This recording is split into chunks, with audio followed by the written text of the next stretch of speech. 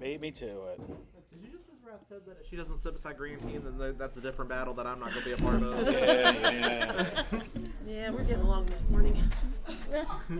Hey, he's my cousin, so he's just like me. No, I said we're getting along. That's why we're sitting together.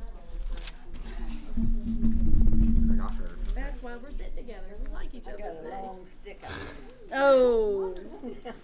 All right. I feel like it's not the first time the long stick's been used. Y'all have to deal with me this morning and deal with the fact that we're live on our YouTube page. Because, one, I want a record for Pastor to know where we got. So that way when he asks where we got, I'll just send him a link. Unless we don't get far. Unless we don't get far. I think we will. I think we will. will tonight. Tonight, this morning, whatever this thing's called. All right. So we are now moving forward into what is now called the Veil and the Holy of Holies. Access to God's presence. So today's goal of the lesson is to help understand that the veil symbolized the barrier between sinful humanity and a holy God.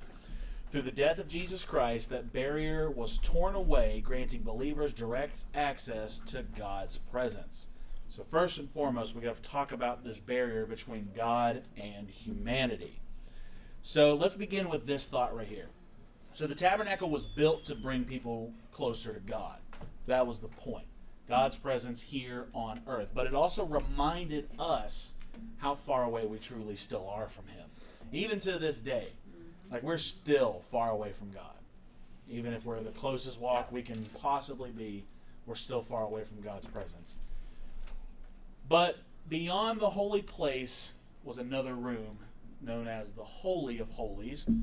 And we do have the demo right here on the Tabernacle model. Lord have mercy. So it was this inner room that was only accessible by one person one time a year. So no average Joe Schmo could walk into the Holy of Holies. In fact, as we know, no average Joe Schmo could just walk straight into the tabernacle. All right? So we're going to start in Exodus chapter 26. We will be reading verses 31 to 33. Let me get there because that is chapter 31. All right, so verses 31, and he has this going to verse 34 in the version he sent me. We'll start at verse 31. You shall make a veil woven of blue, purple, and scarlet thread, and fine woven linen. It shall be woven with an artistic design of cherubim. You shall hang it upon the 4 pillars of acacia wood overlaid with gold. Their hooks shall be gold upon 4 sockets of silver.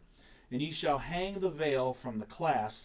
You shall bring the ark of the testimony in there.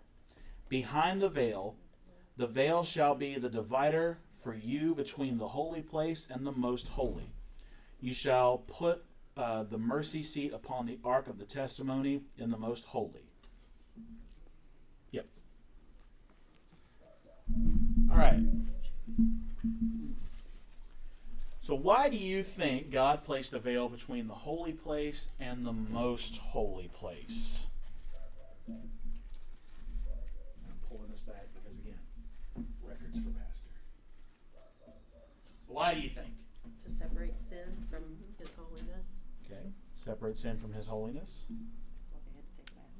The veil separated the presence of the rest of the covenant. Yep.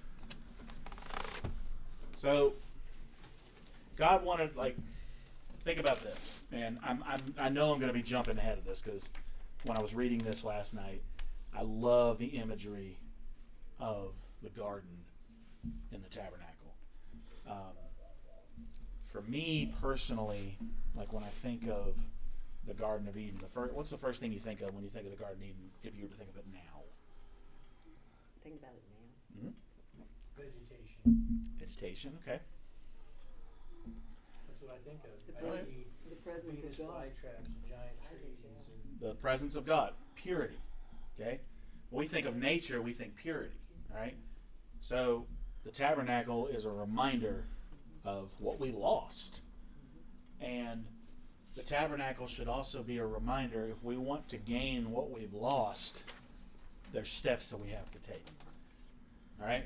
So God put this veil there to remind us of the disconnection because of Adam. I don't want to misquote because maybe I'm thinking too much. I misquote things all the time. Go for it. But wouldn't the veil have also been a physical barrier because we couldn't handle the presence of God Yes. Himself? I mean, they tied a rope to a priest Yeah. just in case he didn't repent of the right thing and died in his And they presence. put a bell around his. So I feel like All around. maybe it was more. Yeah, I'm sure it signified a lot of things, but I also feel like there was some level of protection. It was involved. thick, When too. he died back there, As thick as my arm, 3 feet thick. Yeah, they you- go get him Yeah. because they would have been killed. Yeah. Yeah, if you think of a veil, you think like a real thin veil, like a woman's veil when she gets married, but that's not what that No. was. That's why the symbolism of and the fact that it was rent in two is amazing when Jesus died because it was so thick. Anyone down here? Nothing? Okay. I mean, we pretty much hit it. I mean, that was the reason. Yeah. You can only say the same thing so many times. True. Okay. So, what emotions might the veil have created for Israel? Fear, reverence, curiosity? Should have been reverence. Should have been. Well, this is Israel we're talking about. Probably curiosity. Okay, curiosity? Yeah. I agree. I think fear. I do too. I would absolutely. I think fear because they know what's behind that. Right. They should know what's behind it. Well, I would sure hope so. Me and Connie be going, I wonder if we could just. Nah. And that, well, I mean, think of this. Have you guys ever seen Raiders of the Lost Ark? Yes. Okay, it's a good movie. I love it. Classic. Classic.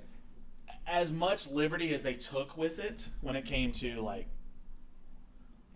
what the ark symbolized, all that stuff, whatever.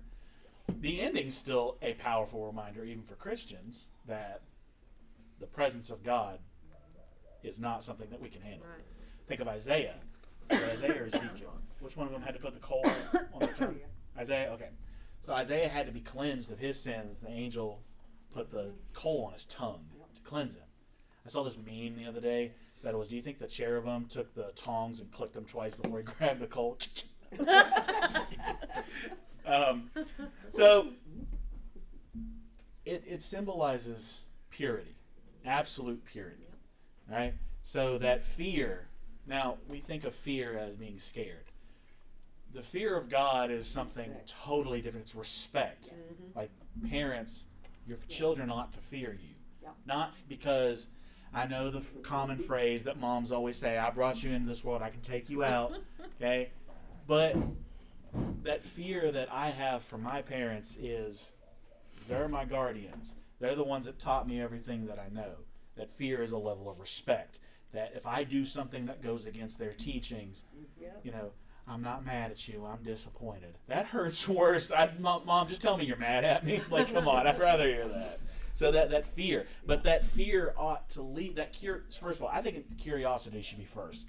Curiosity leads to wanting to understand. And when you have that understanding, you develop that fear. And then the fear goes to reverence. So reverence and fear in this case should be the same. It should be. But again, this is Israel we're talking about. Yep. So what does the barrier reveal about God's holiness? Before you ask that question, is the third bullet point the veil separated the presence of God from the rest of the tabernacle?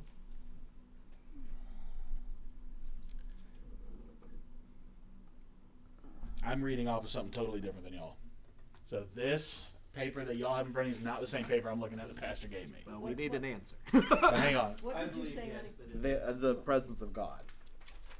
The veil was made Oh, up. the veil separated the presence of God from the rest of the tabernacle. Yes. Is God the blank? Okay, Yes, that's what God I thought. is. Okay. We've been discussing that question. God you the even? blank. All right, What yeah. a question. For those of you watching, they're reading off of this. Okay. All right. Back to the question. What does the barrier reveal about the holiness of God? We can't get the full force of his presence We can't handle it. because we would die. Well, I put down to divide you between the holy place and the most holy. We can get into the presence of God, Mhm. and we can get a touch of that. But if we got the full force, we would die. Mhm. Think about. But as you went out of this world, wouldn't you be woohoo? Well, think about. Israel? I don't know. No. Think about long before this, when Moses wanted to see God. Yep.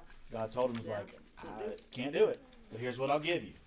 I'm gonna hide you in this cleft of this rock. I'm gonna cover you, Yep. and you will see me as I pass by." Yep. And what happened then? He had to wear a veil Yeah. because everybody The Shekinah couldn't look glory. at him. I think there's two reasons, and I think there's one for humanity and one for God. I mean, he placed the barrier there because he cares about them. He knows that if they look at him face on, that they're going to die. They can't be in that presence. But I also think, in his regard, he placed it there because he knows he can't be around sin. Yeah. Well, yeah. that's Because true. that would Yes. that would taint his. He says he can't live Holiness, and dwell yeah. among sin. There's already a connection to the cross here. Yeah. I love, like, I've had a conversation with somebody about this, but when Jesus was praying, Lord, if it be your will, will you take this away from me? Jesus is he's in real panic right That was here. his human side. That was the human side, but at the same time, the divine side was about to be separated for the first Yes. time. Yes. He didn't want that, but he knew it had to be done. He was afraid. Yeah. And this veil had to be put between him and God because God could not be in the presence of sin. And when Jesus took on the sin of all humanity, not just somebody saying a little curse word, not somebody lying, he took on it all. Yep. God can't be in the presence of that. He can't. He wouldn't look at it. I don't know if you've been to like county fairs or something. Hold up, because Jonathan and I had this discussion. Oh Lord. I think this is Uh-huh. it's important to get to understand this. God can do anything. Yep. God can dwell among sin, and he can dwell among sinful men. Because everybody in the church today won't be saved, but God's presence will be there. But what he won't do, and he can't do, is inhabit our lives, and he can't indwell us personally Pastor with always sin. says be really careful to say God can't. Yeah, don't say he can't, because he can. I was about And to he bring could up. even take over and control you if he wanted to.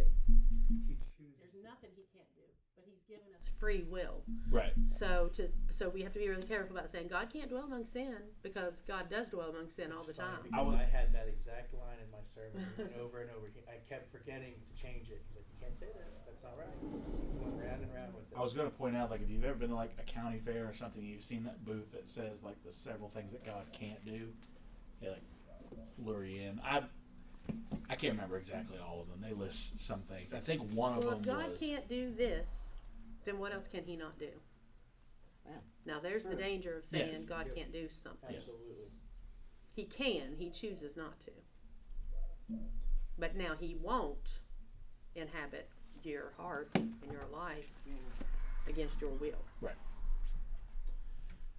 I scrolled up the wrong spot. Where am I at? All right. So the veil is not. It's not just decorative.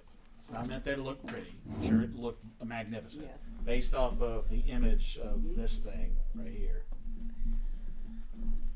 It's. I don't want to take this out, but it's red with purple, and it's got the cherubim that are representative of the cherubim that are guarding the Garden of Eden. Is that the image on it? Yes. So it says, if you look back in Exodus,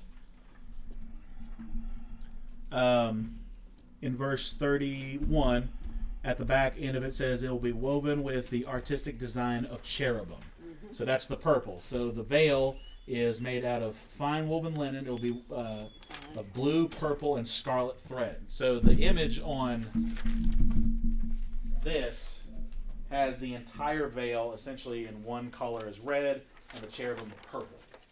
I mean, there's a video on YouTube like out in the Judean desert, they have recreated the tabernacle. It's a place you can go visit, and they let you walk through it.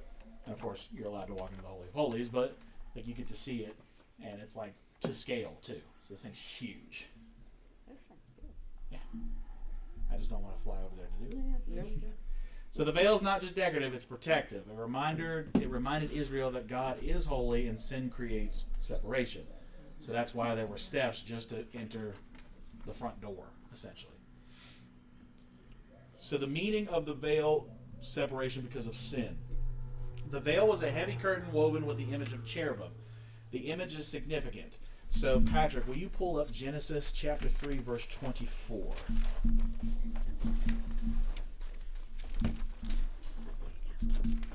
So Genesis 3:24. Did you tell us what it was made of already? Just fine linen. but they probably dyed it. Fine linen and something thread. Fine twine linen and Wool thread, I think? no, Could be, no. the scarlet, That's it. Scarlet thread? scarlet work. Fine twine linen, cunning work.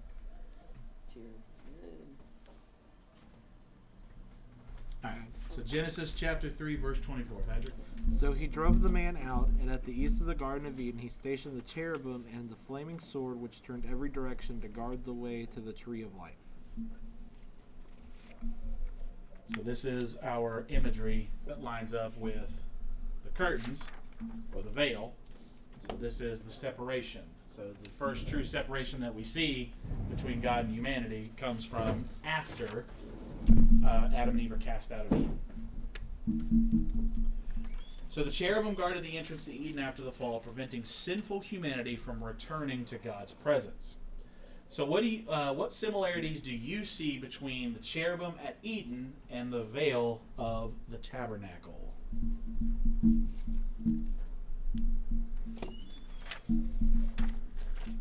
Bueller. I mean, Eden was supposed to be a holy place, and God was able to dwell among them. And that's what it is in the Holy of Holies as well. It's supposed to be a place where God can dwell among men.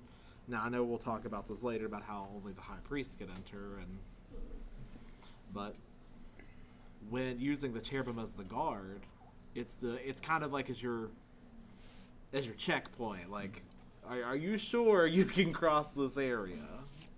Yeah, and cherubim are not the little babies flying around with No. wings. They were mighty creatures. I mean, it said he has a flaming sword. yes. So, no thanks. He's telling Adam, you will never come back in here again. That's what he's telling him. He can't. No. No, he can't. Ooh. But the great thing is after this, there is a promise Yeah. to them. It's like, hey, you've messed this part up, but I promise you, in time. It never says that God came down and walked with them in the cool of the day after that either.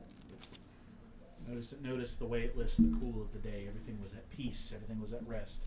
How nice is it to wake up in the morning and it's nice and cool out? Yes. It's not too hot. It's not too cold. Perfect day. Yeah, perfect day. It was a perfect day in Eden every day. Not anymore. Nope. So what does this teach us about the effects of sin? It's ugly. It's ugly. Unfortunate. And we're the ones that can change it. God calls us every day. He talks to you if you're a sinner or not. My granddaughter right now is searching.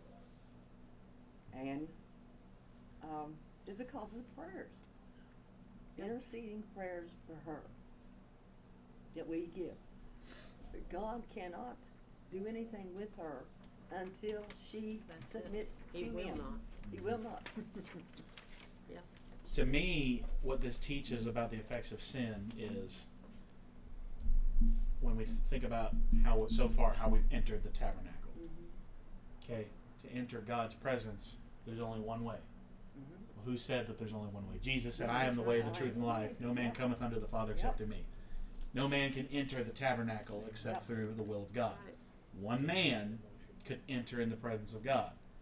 One man entered the presence of God on our behalf. He endured the wrath of God on Yes, our he did. behalf. Yes, he did. And this man that had to walk through the tabernacle and do all these steps had to endure the wrath of God. He had to take an innocent animal that Yes. did nothing, spotless, Every day. and he had to kill it. And its blood had to be sprinkled on the mercy seat, just so people can go on living with the blessing. Yep.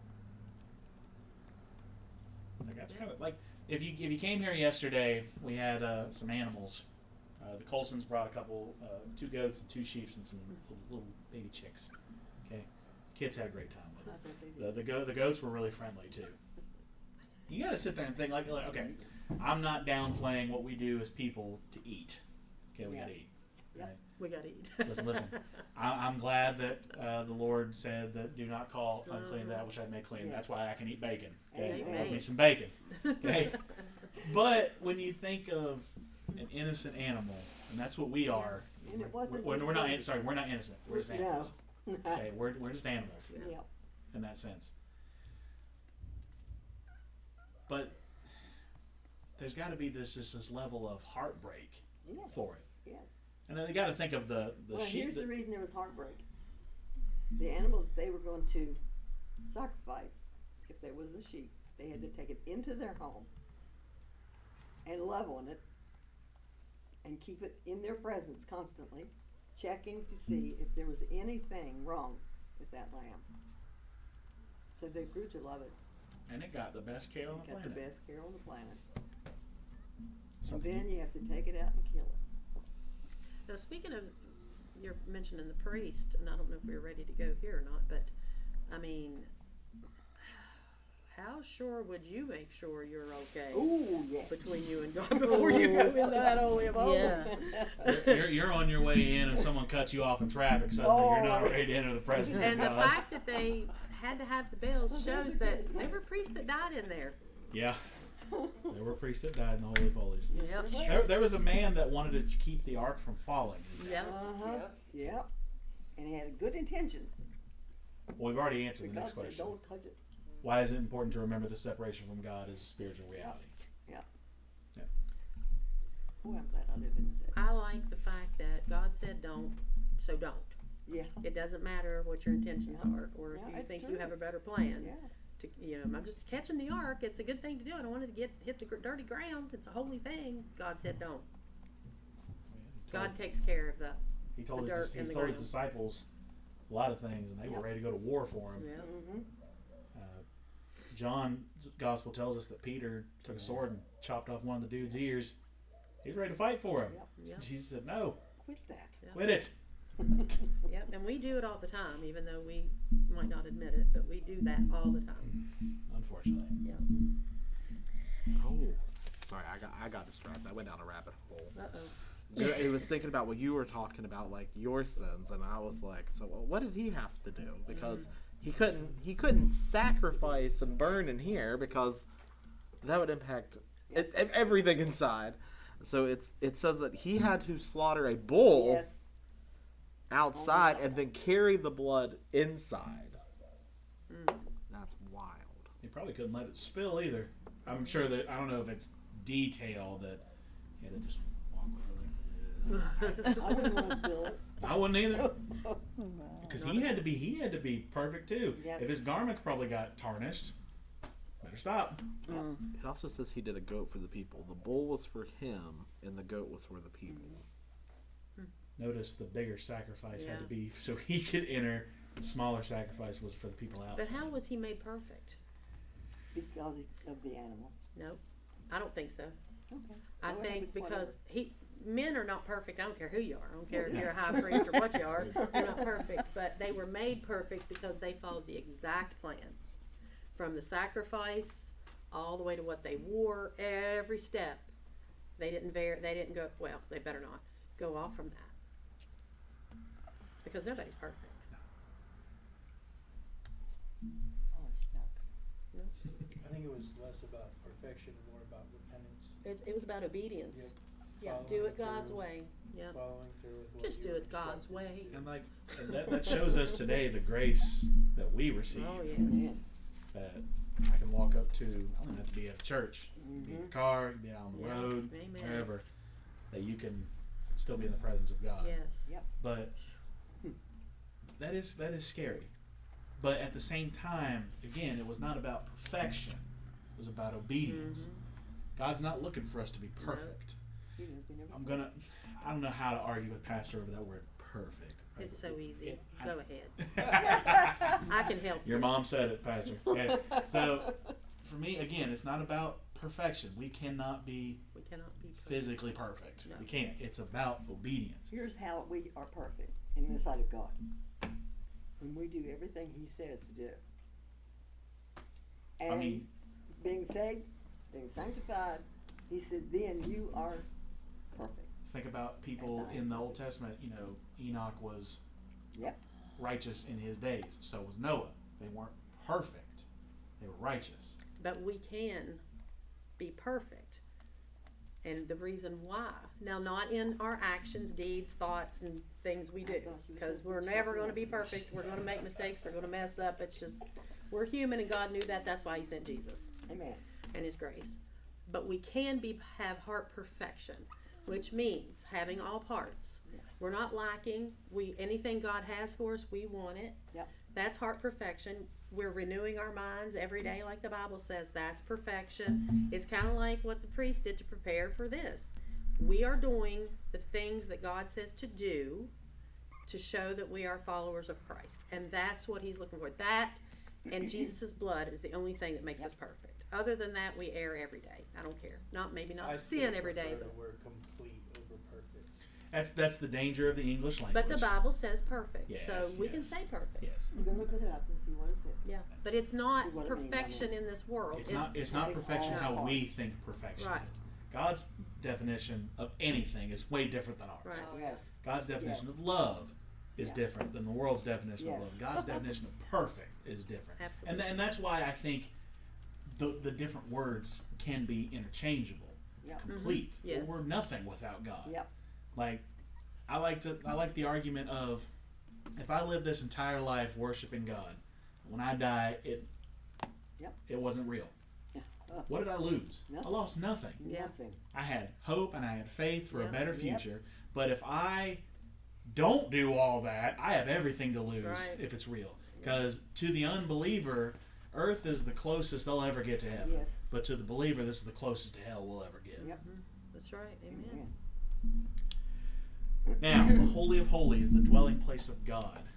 Grantine, can you read Hebrews chapter 9, 3-5? Yeah, jump back in there.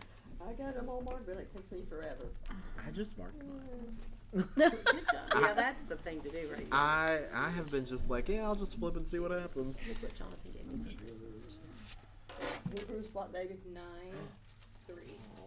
His first preaching Bible. He gave it to me for Christmas this year. Nice. I bought And like a after mom the who just second got her son's veil, the first preaching tabernacle, Bible. which is called the Holies of All. That's awesome. Yeah, Is really. that just the note one? So chapter 9, verses 3-4. No, 3-5, my bad. Which had the golden censer and the ark of the covenant overlaid round about with gold, wherein was the golden pot that had manna and Aaron's rod that budded, and the table of the covenant. And 4? 4 and 5, yeah. And over in the cherubim's glory, shadowing the mercy seat, of which we cannot now speak particularly in detail. Yeah, mine says, but we cannot discuss these things in detail now. I That's wonder 'cause why. at that point in time, At that it was point, gone. it was no. Actually, the ark. People like it's one of those great archaeological discoveries. Again, I call back to Raiders of the Lost Ark. Yes, the ark had power. It was the power of God. But think about it today. If we were to find it, what's the point? There's no point in it anymore. Right. Revelations say that it's with God anyways. There you go. It's not needed for us anymore. No. No.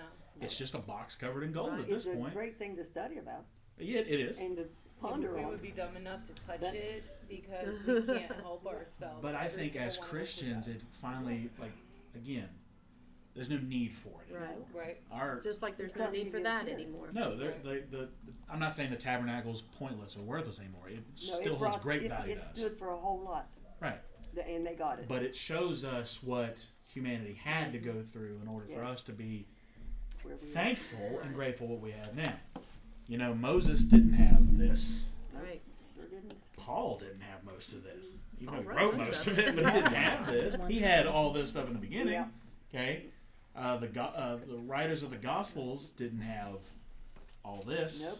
Okay, the only disciple that saw it to the end was John. He got to write the last one. All right, so this should show us. He was writing all of them. That's what's He was. We've We're going had through this that. argument. Oh my gosh, We've had this we're argument. still not through 1 John. Because You thought the gospel is going to take forever? Our podcast is taking forever just to get through 1 John. Well, because they say people like to think that with Revelation being the last book of the Bible, that it was written last, which could potentially be true. But you know, John didn't write all of this stuff until the end of his life, so we really don't even know Yep. what order he was writing them in, because he had already been outcast to Patmos and come back, and that's when he was kind of like, okay, hey, you heretics, let's have a conversation. In the short time that he was gone, Yep. everything started to fall apart, and they thought he was gone too. And he just shows back up on the scene and goes, But with, I mean- with most of the, I could be wrong about this, but with most of the books of the Bible, we're getting off track. yes, my favorite part. With most of the, isn't there historical, like, dates where they, The earliest As close as the earliest gospel that we have known, I think, dates to 50 AD, which in retrospect, 20 years after it happened, that's great. I think that's Mark. Mark was the first gospel written. There's no doubt about it, because that's why it's so short. It was meant to just get it out there quickly. Let's spread this word, right? Revelation and John's epistles are very close in age, depending on the earliest manuscripts that we have. So that's why it's kind of hard to tell when he wrote each. That's a possibility that while he was writing Revelation, he's hearing about all these things going on. He's like, hold up, Yeah. you're wrong. Here's why. Back to this. Here's something else. Hold up, you're wrong. Here's this. And I'm doing this out of love. He's an old man sitting on his porch saying, Yeah. these young kids Well, today. And you have to remember, and I've talked to Pastor about this too, you can tell that John is older when he's writing these, because his perspective from being 20 to being 85, 90 gives him more. That's why we get more information. Yeah. He sees the things that have already been said, and he's like, okay, let me tell you the other things you need to know. yeah. So it's a very interesting aspect. Now, it would have been interesting if he would have wrote this when he was 20. Yeah. And I tell Austin all the time. Sometimes I read some things in John, and I'm like, why have I never picked up on that? Because like I've sent him 2 in the past 3 days now. Yeah. So in John 7, I had no idea that Nicodemus was even mentioned, but he is. Yeah. And you got to remember John 3. That's when Nicodemus is like, hey, it's nighttime. Well, in 7 they want to accuse him, and Nicodemus is like, you can't do that unless you have a trial. I had no idea that he even Yeah. said that, but it's funny how you think about that, because I bet you none of the other people thought that was an important information, but now John's like, hey, there's actually this Yeah. character who plays an important role. And same thing, this could just be me and my lack of study, but I feel like I'm getting better. But I had no idea that Jesus told John that Judas was the one that was going to betray him. He told everybody. He told Judas at the supper. He told all of them that Do you night. mean before the He Yeah. told them, he's like, whoever I hand this cup to and this bread is going to Yeah, betray Well, he see, went out. when He's you talking read about Nobody. before that. But when you read that, though, it doesn't say that he says it out loud. It says John is back against his bosom, and he says, Lord, who is it going to be? And he's like, the one that I hand this bread to. It doesn't say that he loudly says it to anybody, and then he hands it to Judas. Oh. Yeah, hold on. He's like, okay. We're done it. We're done. Sorry, Pastor, we're done. Just find it. Hey, Squirrel. I think I can, like, while he's looking that up, let's jump ahead just a little bit. Okay? So, where are we at? We're not even at the veil torn. Alright, so the Holy of Holies in the Ark of the Covenant, this is the room that symbolizes the very presence of God. This is his throne room on earth.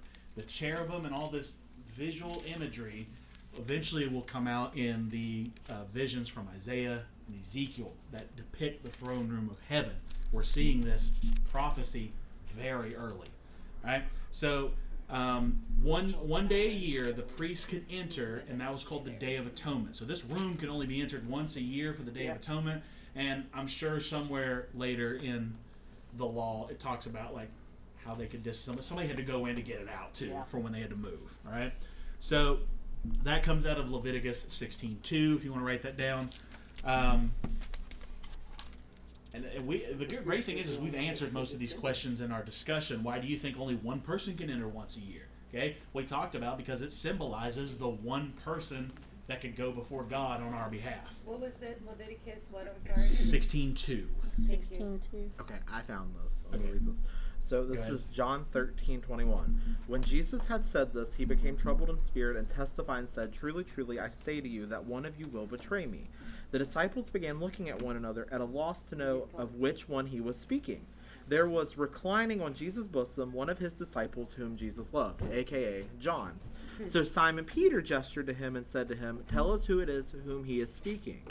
He, leaning back thus on Jesus' bosom, again John, said to him, "Lord, who is it?" Jesus then answered, "That is the one for whom I shall dip the morsel and give it to him." So when he had dipped the morsel, he took and gave it to Judas, the son of Simon Iscariot. Yep. So we don't. It's so hard to. It's visionary. I don't know if like he just says it out like the one that I hand this to, but like it doesn't read that way. You know, like it reads like John is like, "Hey, who's this going to be?" And it's like they're having a personal conversation. Because if Jesus would have said, "The one that I hand the bread to," and he hands the bread to Judas, well, all of them would have been like, you know. So is this was this only for John? Was John the only one that heard that? Evidently. John was the beloved. So I don't know. Like, or did he say it loud enough and everybody was like, "What is he talking about?" because- It wouldn't So surprise me if he concealed it, because I mean, even when he came back after 3 days, he was able to walk with the disciples, and they had no idea that they were walking with him. But when Judas went out, remember he went out into the night, right? Mm-hmm. The disciples assumed that he was going to buy things that Jesus had told him to go buy. That shows you right there that it's because if they'd have known, they'd have probably tackled Well, Judas. and then it's later on, 2 verses later, it says, hold on, If you know maybe Peter, more than Peter would have tackled Judas. Yeah. Now it says, now No, you're not. Now it says, now no one of those reclining at the table knew for what purpose he had said this to him. Oh, to So him. To him. To him. And him is lowercase. Patrick. So, Man. I'm telling Told you, you he's smart. I'm telling you. when I sometimes I read stuff and I'm like, Tell me where that. Very good. Just tell me where that's at again. Very good stuff. John 13:21 through 28. And the him that is used in verse 28 is lowercase m. So he's not talking about Jesus or God. I think he's talking about himself. Because he always spoke about himself in the third Well, person. that's how they wrote. Yeah. They didn't give their name. But I He entrusted things to John that he entrusted to nobody else, like Revelation. well, and you have to remember. Oh, he could not give that to Peter. Oh, Well, and that's right. what I'm No, saying, though. he could not give revelation to And he Peter. also trusted John with his mother. He did. Think about like all the other disciples though. Like if it was Peter, who was Yeah. it? And he said, "The one I hand this to." He was a firecracker. Yes. Judas dead Yes. right there at the Last Supper. So would the boys. That's what I the said. He'd have brothers. tackled him. Well, and that's why I'm like, so John is a very interesting character because again he is the youngest, and I talked to Pastor about this, but we all think John is this like calm, collected individual. He was not at first. That's why I he's mean, one of the sons of thunder. yeah, He's absolutely- because he was He like, wanted to let's throw call fire on down people. and kill them, Yep. and Jesus was like, yeah, Easy killer. Yeah. we're gonna stop for a second. Calm But then I down. wonder, because I like to think that God gives us tests as well. And was this one of those tests for John to show that he has truly changed from the Yeah. let me strike him down? And I don't know. I really don't know. I'm just No, I think you're I right. think you're I do right. too. There's a big difference with how John's talked about when they're brothers versus when he turns to the beloved. well. And then think about it. If Jesus would have said that out loud, notice I don't think any of the other gospels even mention that. I don't know. I'm a little lacking in my regard, but I don't think that exchange is made anywhere else. Which is why I think John wrote this as near the end of his life because John he knew he knew. was the one he told. Well, he knew that people were starting to put their own spin on the gospel because people didn't like to live by the you got to be holy, and that's where we get all these beliefs of, oh, well, if I do things in my body, my spirit's not tainted. It's just my human body that's not going to go with me. So it's like, Yeah. all right, back to whatever you were talking That's about. very good. Thank you for that. Very good, Patrick. All right, I'm gonna try to do the speed run of this because there's only just a couple more points. Actually. It's okay. Well, if we got to go to next week, we go to next Well, week. It's a And the typical great thing thing is for us. we've already talked about like the temporary access, so the Day of Atonement. So Hebrews 9:6-7 reads, where's it at? Now when these things had been thus prepared, the priests always went into the first part of the tabernacle performing the services. But into the second part of the priest went alone once a year, not without blood, which he offered for himself and for the people's sins committed in ignorance. All right? So, like I said, we talked about it was temporary access to God's grace. Right? And the great thing is today we have unlimited access to God's grace. Right? I don't want to use that word unlimited as it's freedom to sin as much as you want. I think we got to watch Unlimited that. access to God's grace, you're right. not out of ignorance. Because- if we continuously sin in ignorance, that's different. That's why it says that they did it. He did it because of the people's sins in ignorance. They knew what they were doing wrong. Right? There are times that we don't know if we're doing something wrong, even as adults. Right? We still mess up. Paul said he had to die daily because he probably said something, did a little bit out of anger, and was like, oh, dang it, and had to fix it. Okay. I think we also have to draw a divide, and I know people don't like to be like a sin. I know people like to say a sin is a sin is a sin is a sin, and they're all the same to God. But I make a difference. There is a difference between an unintentional sin and an intentional sin. Right. If you know that something is wrong and you wake up the next day and you do it again, That's sin. intention. that's intentional sin. But if I stub my toe and I accidentally blurt out a curse word, while I did it, it's not that my body may have meant to do it, Yeah. I mean, I think there's some divides we have to make there. And I'm not saying that a sin's not a sin, but I think we have a God that has hardened some people's hearts before, too. It's Well, sin every is slip- sin. Sin is sin, but it's how when God doesn't enlighten everybody at the same time over the same sins. Okay, yes. There are things to me today that are a sin that weren't a sin to me when I was 12 Crazy. or even 18.